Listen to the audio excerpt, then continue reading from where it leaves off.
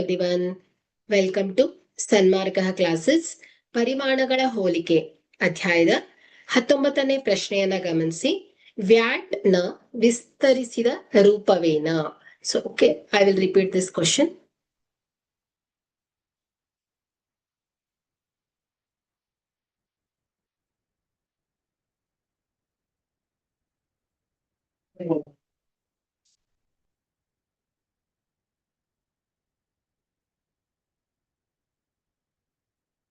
Hello everyone, welcome to Sanmarga classes.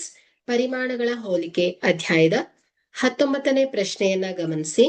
Watt ನ ವಿಸ್ತರಿಸಿದ ರೂಪವೇನು? So ಇಲ್ಲಿ ಮೌಲ್ಯವರ್ಧಿತ ತೆರಿಗೆ ಅಂತ ಹೇಳ್ತೇವೆ. ಓಕೆ, ಸೊ ಇಲ್ಲಿ value added tax. Okay, so ಇಲ್ಲಿ ವ್ಯಾಟ್ ಅಂದ್ರೆ ಏನು? ಸರಕು ಅಥವಾ ಸೇವಾ ಉತ್ಪಾದನೆ ಮತ್ತು ವಿತರಣೆಯ ಪ್ರತಿ ಹಂತದಲ್ಲೂ ಸೇರ್ಪಡೆಯಾಗುವಂತಹ ಮೌಲ್ಯದ ಮೇಲೆ ವಿಧಿಸುವಂತಹ ತೆರಿಗೆ. ಸೊ ಭಾರತದಲ್ಲಿ ಈಗ ಹೆಚ್ಚಿನ ಸರಕು ಮತ್ತು ಸೇವೆಗಳಿಗೆ ನಾವು ವ್ಯಾಟ್ ನ ಬದಲಾಗಿ GST, so goods and services tax ಅನ್ನ ಉಪಯೋಗಿಸ್ತೇವೆ. ಸೊ ಇದು ಜಾರಿಯಲ್ಲಿದೆ ಅಂತ ಹೇಳ್ಬೋದು.